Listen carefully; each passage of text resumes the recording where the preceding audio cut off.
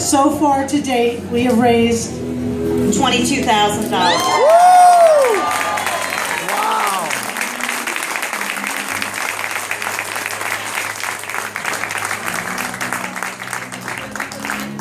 That's a whole lot of crack.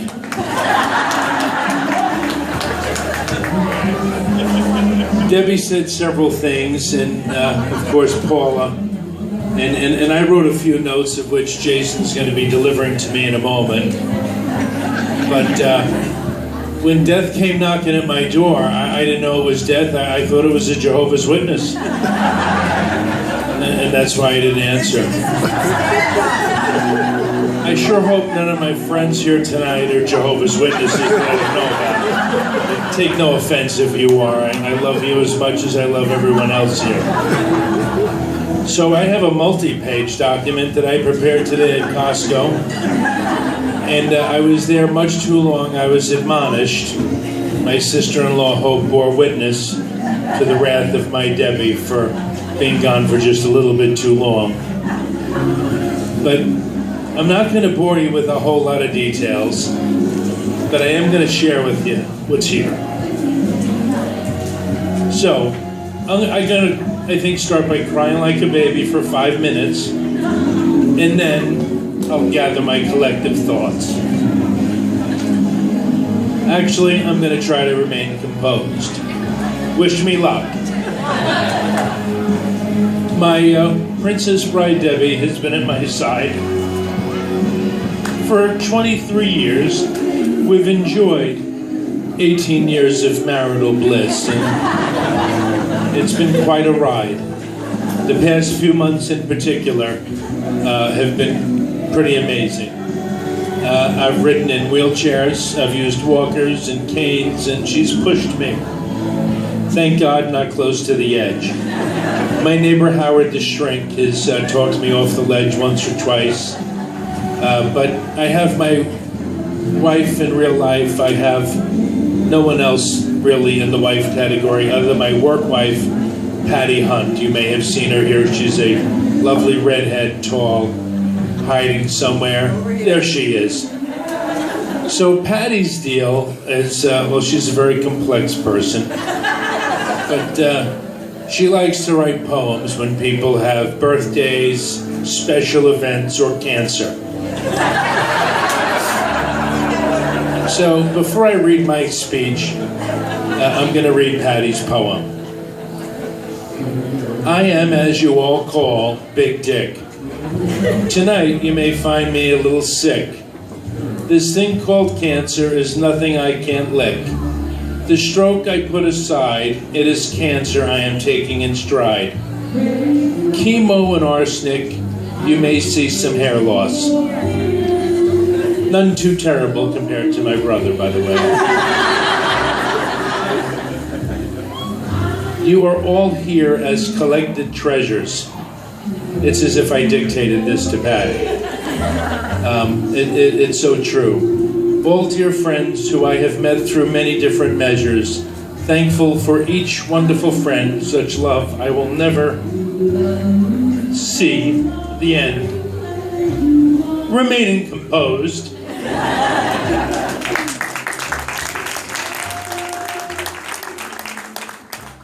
My family has been a source of strength. For them I will fight many great lengths. With Brother Bob spinning discs, not a problem a big dick can't fix. Enjoy the Chinese auction and all of the gaming. I hope you find tonight quite entertaining. I thank you all for attending, and I truly appreciate all of the spending.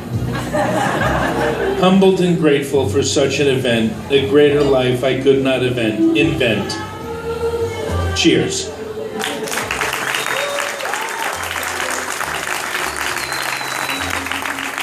So, that's Patty's version. And I think it was pretty much spot on. Thank you, Patty. But there are a few key things that even a bright girl like you could miss. So first and foremost, I want to thank everyone for being here tonight. And I am going to read a little bit from the large font that Camille kind of expanded for me. Even though I have the goggles, I wanted to make sure that I catch it all. The outpouring of support from our friends, our family, our church community, our school community, even friends of friends, people that are here tonight that I have never met before, that just came because they know Bob, they know the tennis girls. As you can tell, I don't really play tennis. I like watching it. A sedentary lifestyle has worked for me up to this point. So, even the staff at Penn has just been incredible to me. I have new friends on staff at the Cancer Center, the chemo lounge, as I like to call it. I attend daily, Monday through Friday. You can catch me there. The list goes on and on. So many people have done so many things, even before tonight. Things, whether it's sending a home-cooked meal or having a meal delivered to us. Praying for us is on the list, and it just goes on and on. I cannot begin to effectively thank each of you individually tonight for what you have done. Remaining composed. Lost my space. Large font. Okay, it's coming back in. You get the point. We appreciate whatever you've done beyond measure.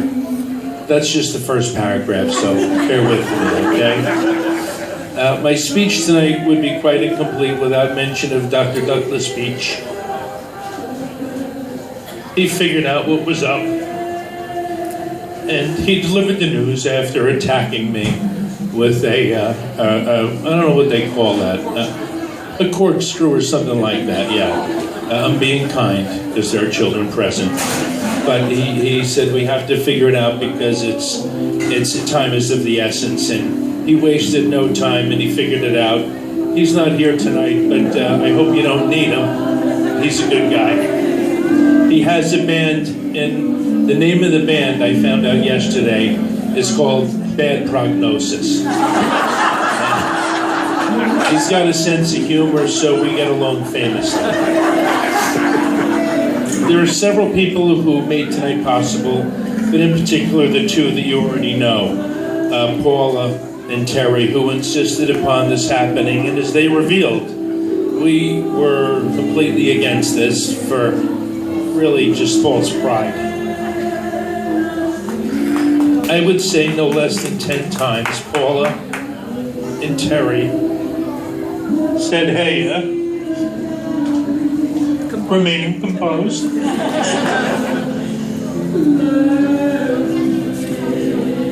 They made us do it. Bottom line, there was no way that it wasn't going to happen. And at the end of the day, I'm glad it did.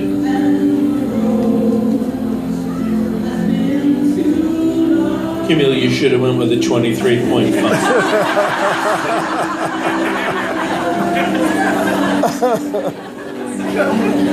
All right, so pride is one of the 7 deadly sins, sister, right? Being a good Catholic boy, we ran with it.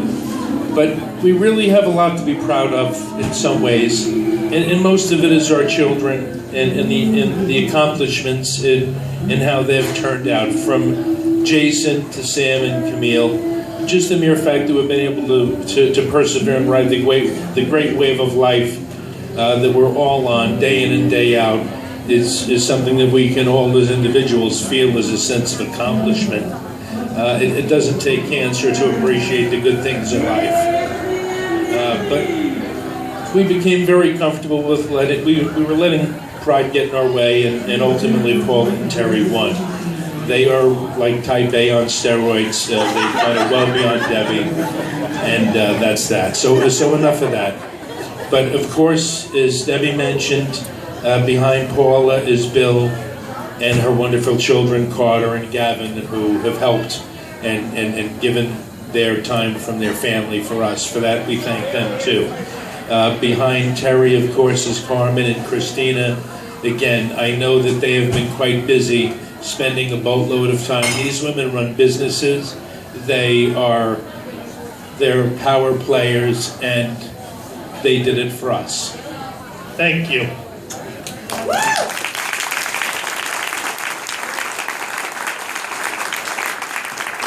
Ironically enough, the next line was, please join me in a huge round of applause for these two dynamic women. I'd like you all to join me in a round of applause for my princess bride, Debbie.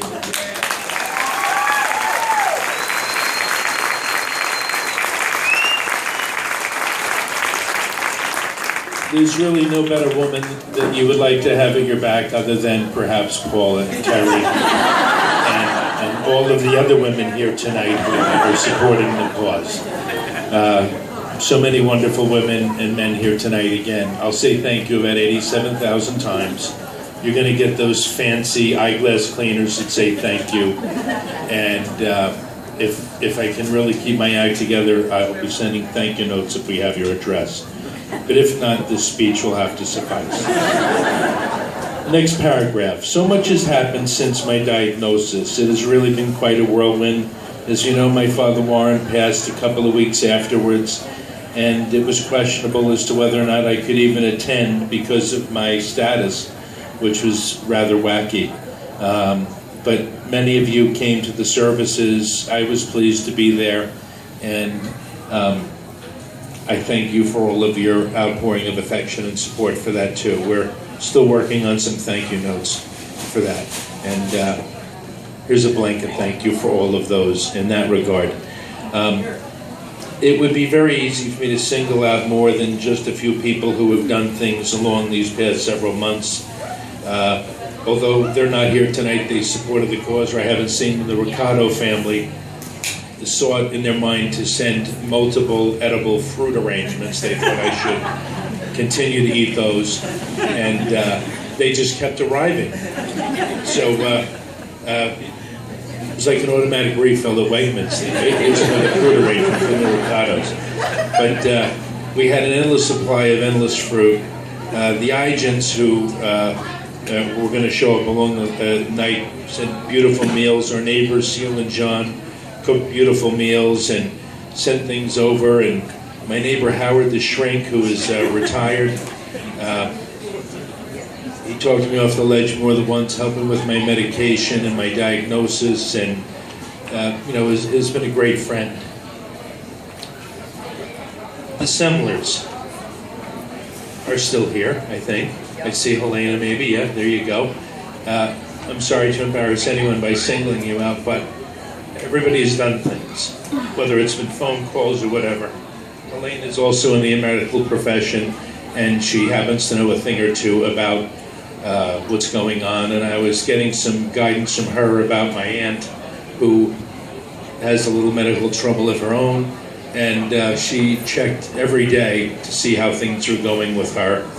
And one day she checked, and I said, listen, you got to switch to me now. I've got a little trouble of my own. And she followed up seemingly every day, what can we do, and so forth. Thank you to you guys. My work wife is going to get a special mention again, Patty. She did the best she could to follow up on my stuff after I left. When you go out on disability, you're not allowed to work. You're not allowed to touch your files under federal guideline, just in case you wanted to know, which is a whole other Oprah show, stealing a line from her. I don't have access to any of my files, so Patty did the best she could. She scrambled, much like Debbie and Paula and Terry. Although she had a touch of a 24-hour polio recently, she recovered quite quickly. But we'll talk about that again later. So I'm only just getting started, I'm sorry. It's going to be like a bad Oscar acceptance speech. At any time, Jason may chime in with the music, and they'll just kind of hook me away. But as Debbie highlighted my sister-in-law, Lynn, I've got to light up my brother, Bob. And of course, Lynn is part of the picture, all of my nieces and nephews. But my brother was there pretty much every day at the hospital. I called him and said, listen, I don't want an ambulance ride to Kennedy where you might die.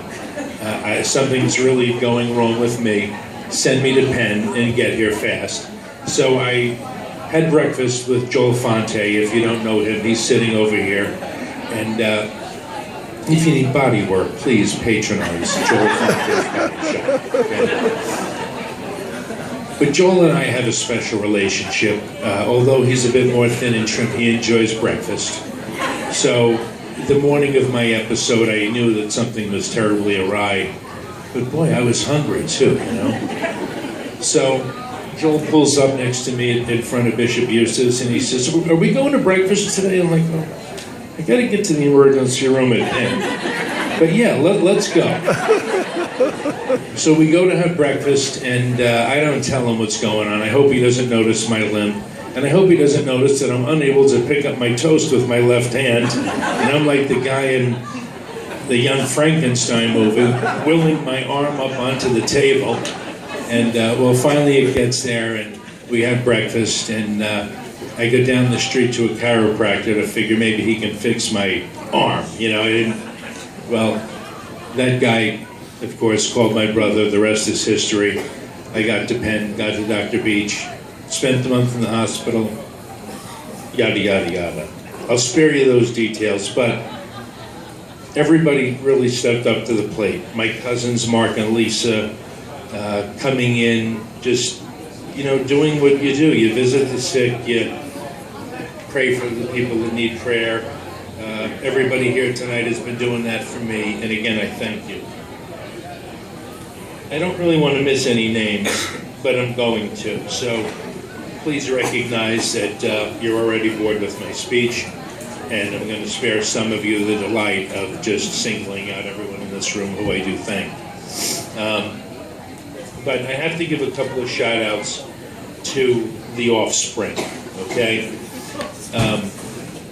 Jason and his fiancée, Jenna, couldn't be there enough. And what was ironic is that Jenna's father passed away from a blood disease called aplastic anemia, and he passed away on May 29th of last year. Jason and Jenna were donating platelets in his honor at Penn the day that I decided I should have breakfast and take a ride over. So lo and behold, they got the call with the news that I was having a little trouble, and you know, they too were there and supportive. We spared the kids the news for a couple of days. We told them I was in just getting some tests, because hey, why bore them with the details until we had to. And we brought them in, we set them down, we shared the news, painted a relatively rosy picture. It's only arsenic that they're giving me, so what the hell?